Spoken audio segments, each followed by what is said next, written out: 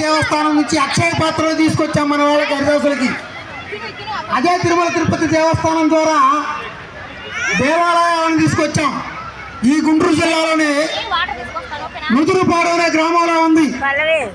ఇక్కడ ఈ దగ్గరలో ఉన్నటువంటి పైడూరుపాడులో ఉంది. 10 లక్షల రూపాయలు 5 లక్షల రూపాయలు ఇచ్చి దేవాలయాలు కట్టించాం. అట్లాగే హరిదాసులకి చెడతలు ఇప్పించాం. ఎవరి దగ్గర డబ్బులు వసూలు చేయాల, మా డబ్బులు ఖర్చు పెట్టుకుని మన పెద్దవాళ్ళు తిరిగి తిరుమలకి తీసుకొచ్చారు. అక్షయ పాత్రలు ఇచ్చాం, తమ్మరలు ఇచ్చాం.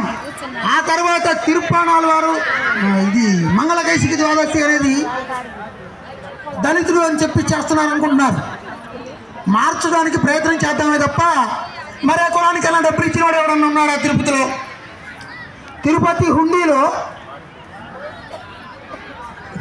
మనం భక్తులు వేసేటువంటి డబ్బులు ఏ కులానికైనా ఖర్చు పెట్టారా? ఎక్కడన్నా ఆధారాలు ఉన్నాయా? ఎక్కడా లేవు. కూర్చోండి.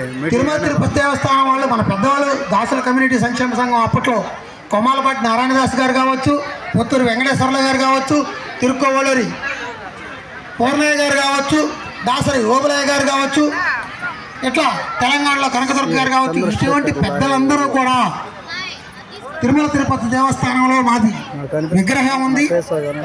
అలిపిరి మెట్ల మీదుగా మాకు ఇక్కడ హక్కు ఉంది. మేము భక్తులు, వైష్ణవ సాంప్రదాయాన్ని ఈరోజు మనం మార్చేది ఏందండి? రామానుజుల వారు 1000 ఏళ్ల క్రితం మనకు సంస్కరింపజేస్తే వారితో పాటు సహోదయులుగా మారనూరి నంబి వారు ఉన్నారు. 9 మంది నమ్ములలో మారనూరి నంబి